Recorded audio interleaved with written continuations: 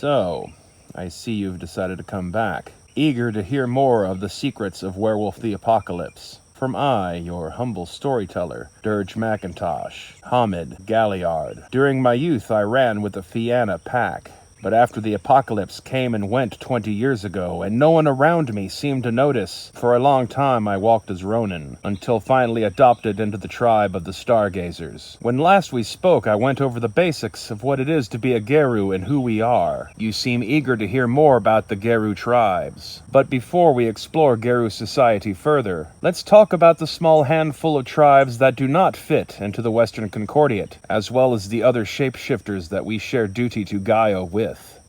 So sit back and listen, and enjoy a second introduction to Werewolf the Apocalypse.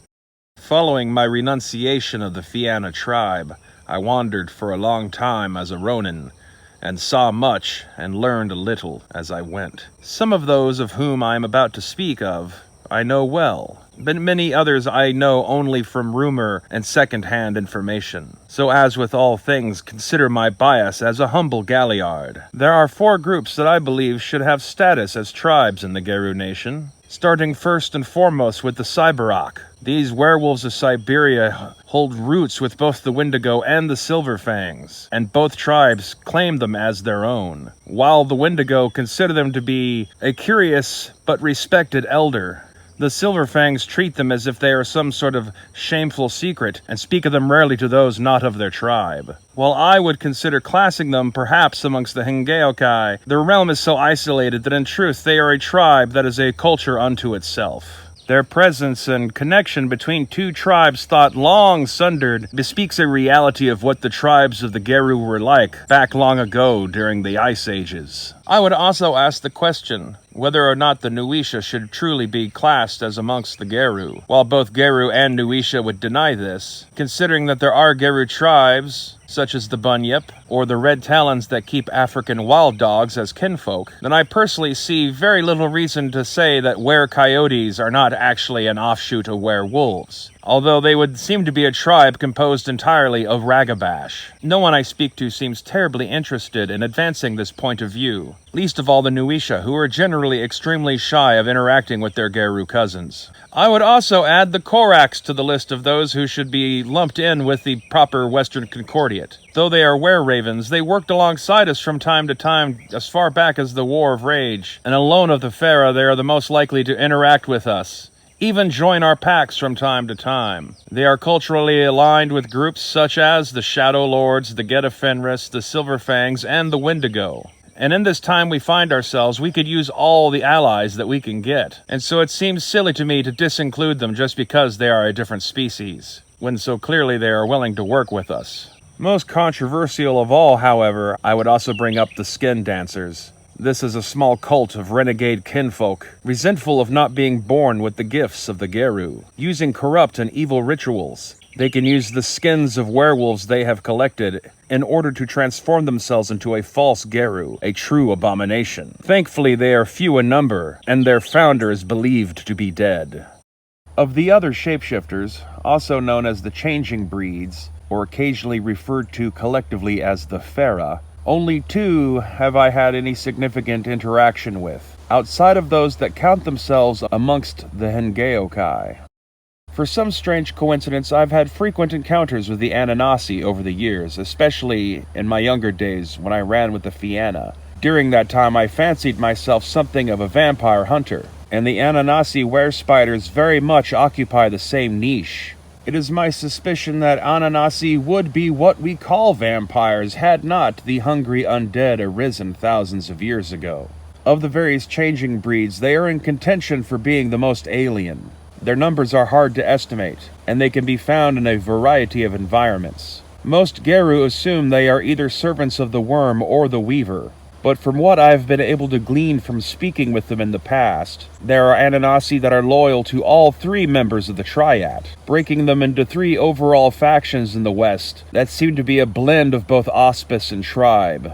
But in truth, the were-spiders revere their spiritual Spider Queen above all else. I have also had occasion to meet with the Bastet over the years. In their own way, they might be the closest to the Geru in their overall organization. They have 10 distinct tribes, two of which I will discuss further when we get to my thoughts on the Hengeokai. It was a Scottish Bastet of the Coelacanth tribe that I learned most of what I am about to impart to you. The Coelacanth are the only Bastet of European origin, drawing from the same human kinfolk as the Fianna. Their feline forms derive from an extinct species of cave lion, and the tribe itself was believed to have been driven to extinction during the witch hunts that preceded the Renaissance. But in truth, the Coelacanth hid themselves amongst the European diaspora to the Americas and beyond, and have hid themselves in human cities, acting like some strange blend of Fianna and Glasswalker. The other Bastet tribes will often mourn them as if they were still lost, but their numbers have rebounded much over the centuries. The Balam are a fearsome race of warrior jaguars, hailing from Central and South America. They are a proud people that once wielded a tremendous amount of influence over the humans of their land, though they have retreated into the jungles further under the threat of human colonization from other lands. When I was a young cub, I heard frequent stories from other Geru who had joined the battle against Pentex in Brazil, of how the Balam would occasionally appear to both aid or hinder the Geru in their efforts. The enemy of my enemy is not necessarily my friend, is the lesson that Geru should keep in mind if they find themselves interacting with one of the Balam. The Pumanka inhabited North America, and dwelled in the same lands that were once held by the Croatan. Dependent on mountain lion populations to maintain their feline kinfolk, most can currently be found in the western part of the United States. They are a bit of a hermit people and are solitary hunters. The general impression I've gotten of them is that they are best left alone, even by other Bastet. The Qualmy are every much as mystical in orientation as the Bubasti. These werelynxes can be found in the northernmost reaches of North America and across the Arctic Ocean in Siberia. They largely keep to themselves, but have been known to have contact with both the Cyberok and the Wendigo. The Bubasti hail from Egypt. Their feline kinfolk, a lost species of sleek cats that haunted the edges of the Sahara deserts in ages past. They are mystical in orientation and appear to be caught up in the ancient conflicts of that land, alongside others such as the Silent Striders, the followers of Set, and the Amenti mummies.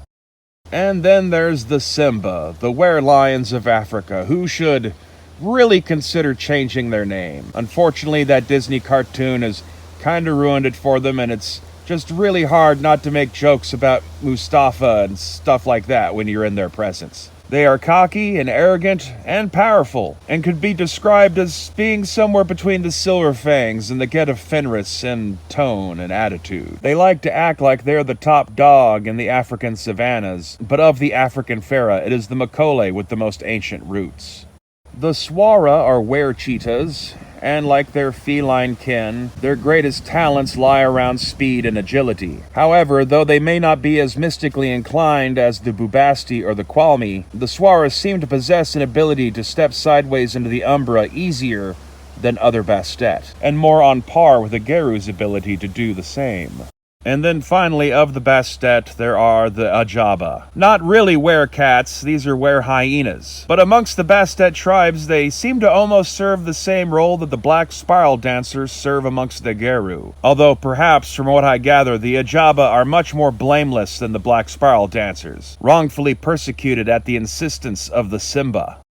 The remaining Fera I have not met in my travels, although most have their counterparts amongst the Hengeokai and likely share many similarities. That which I do know is much the same story and legend that you yourself will encounter when you join a pack of your own and head out into this world of darkness in search of renown.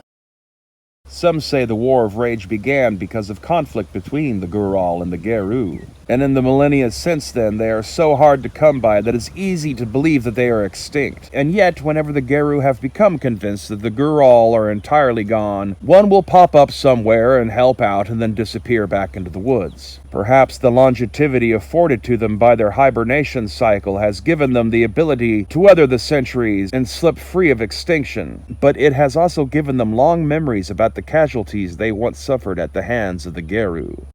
The Makole claim to be the original shapeshifters, and they may be correct, judging by how their Krenos forms tend to resemble something out of a Jurassic Park movie. They can be found across the world in equatorial and tropical latitudes. Africa, the Americas, Southeast Asia and Indonesia, and even Australia are regions where their kinfolk can be found. Their memories are even longer and older than those of the Gural, and yet they do not seem to bear as much enmity towards the werewolves as the werebears do, despite having also suffered at the Geru's hands. This is not to say they are any more forgiving towards us, just slightly more likely to stop and talk to us if we ask questions. The ratkin, like the Ananasi, can be found virtually anywhere, and their true population numbers are impossible to estimate. They could well outnumber all the other changing breeds combined. Like some sort of sewer-dwelling bone gnars, they infest the tunnels and alleyways of cities all around the world. Just because they are seldom encountered does not mean they are not there, and they are far more likely to see you than you are to see them. Though the Ananasi are probably the most alien of the changing breeds, the Rokia are giving them a good run for their money. The weresharks have possibly the widest range of any changing breed, with all of the world's oceans open to them. And yet, their dependence on access to seawater makes them amongst the least likely to be encountered by your average Geru, unless you've decided to take a trip to Hawaii. And who has time for vacations when we have an apocalypse to fight? But anyway, the Rokia are powerful, primitive, and mysterious, and can stand toe-to-toe against even the most savage of Mokole or Get of Fenris or Khan warrior.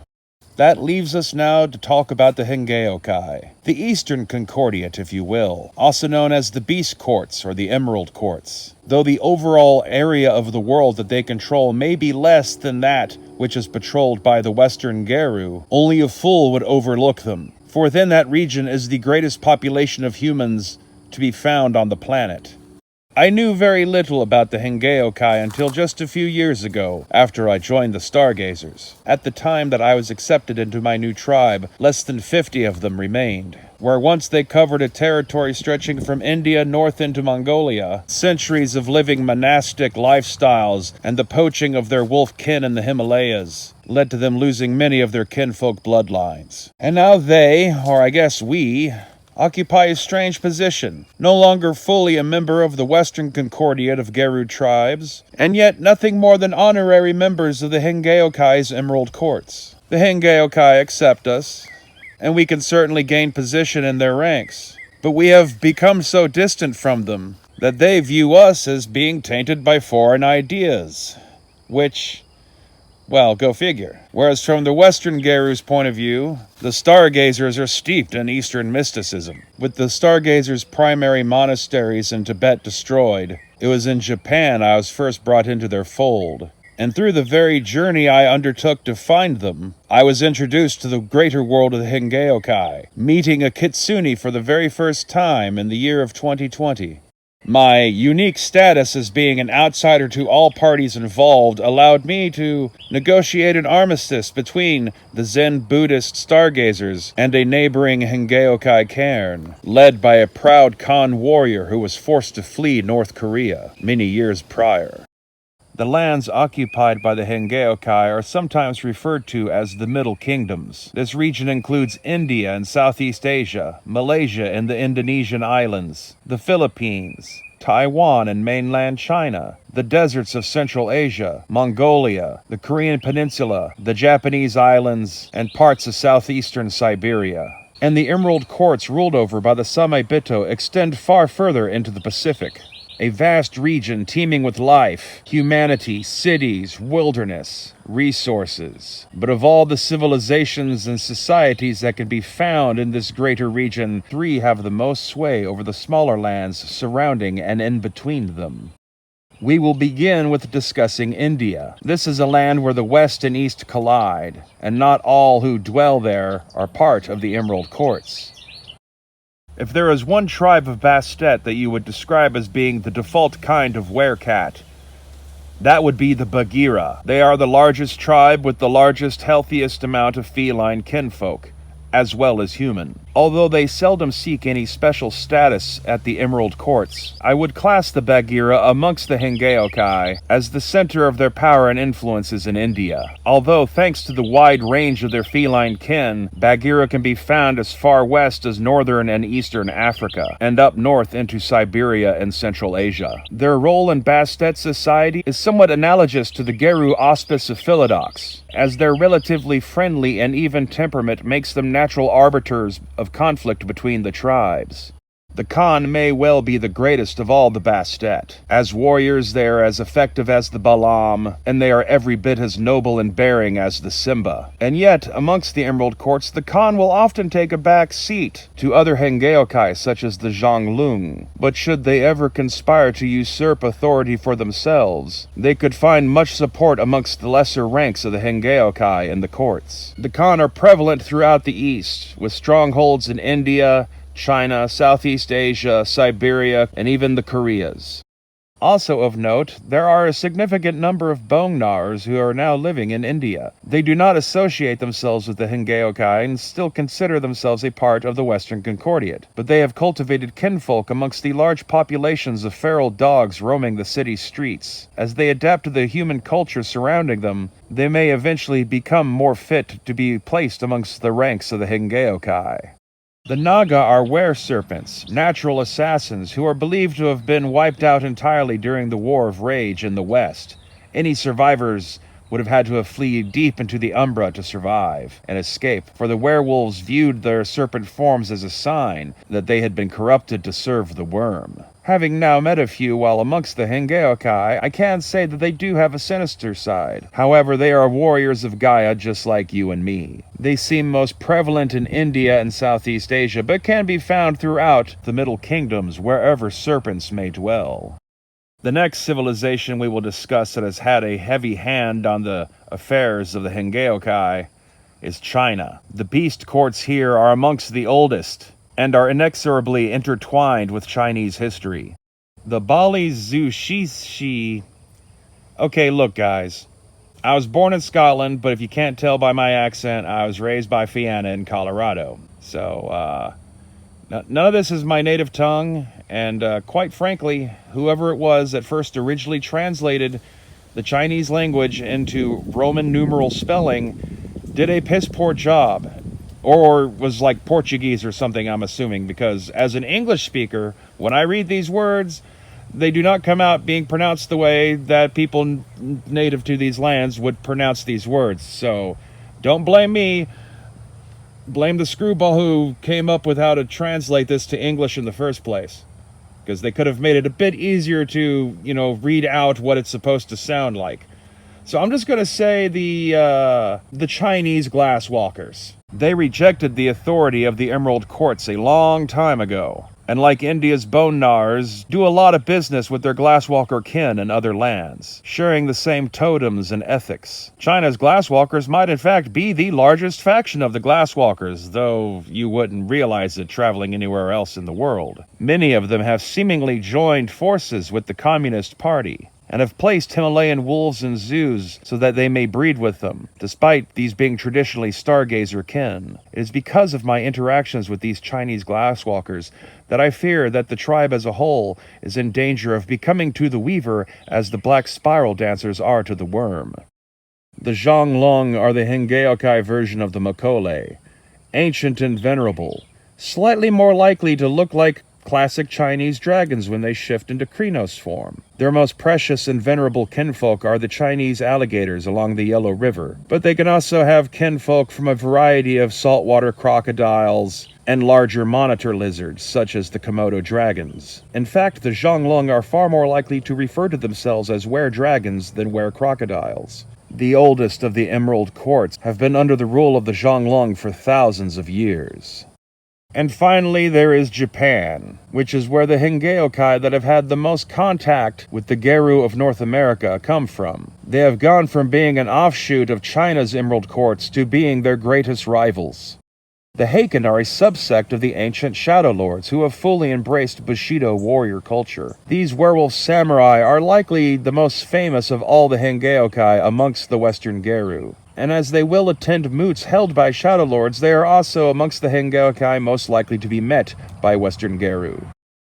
The Kitsune are werefoxes, and are encountered almost exclusively in Japan. They are sly tricksters with many traits in common with the Nuisha or Geru Ragabash. But possibly their most interesting feature is that they do not trigger the delirium when seen by human beings. They are endemic throughout Japanese folklore, and in modern times occupy a niche rather similar to that of the Glasswalkers. Kumo are were-spiders, but are distinctly different from the Ananasi in a few ways. They are openly dedicated to the service of the worm, and yet are still accepted as a part of Hengeokai society. Known as goblin spiders in Japanese legends, the Kumo can be found across the Middle Kingdom, much like the other Hengeokai.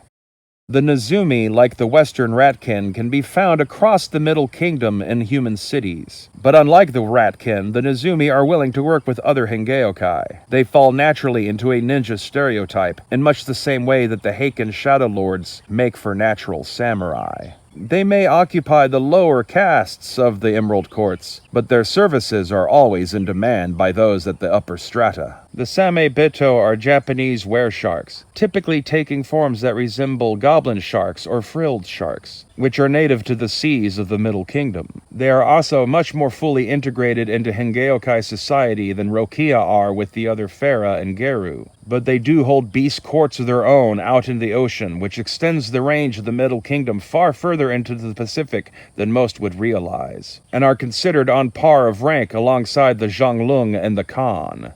The Tengu are Japan's were-ravens, and are also heavily featured in the mythologies of the Japanese people. Their overall attitudes and duties are virtually identical amongst the Hengeokai as they are with the Koraks, and how they interact with the Geru and other changing breeds. Although they are better able to serve the Hengeokai than the Koraks are able to coordinate the various changing breeds of the West. In spite of the more harmonious balance that the Hengeokai have found amongst one another, having entirely avoided the war of rage in their lands, they have still failed to halt the encroachment of both worm and weaver, the industries attracted to the massive population of humans that dwell in the Middle Kingdom, wreaking as much damage to the environment and the spirit world as any Western corporation such as Pentax. So there you go. I believe we've managed to cover every Geru tribe and changing breed that you might run into in the world of darkness. Be sure to hit like and subscribe, and stay tuned for the next episode of this series, where I will go into greater depth about Geru society and how one advances within it. Experience the thrills of classic pulp action adventure in Expedition to Ancient Egypt, featuring a variety of sourcebooks to enhance your campaign. Now available in the Ancient Egypt compilation. Get yours today on Amazon.com or DriveThruRPG and begin your time-traveling adventures in the ancient past.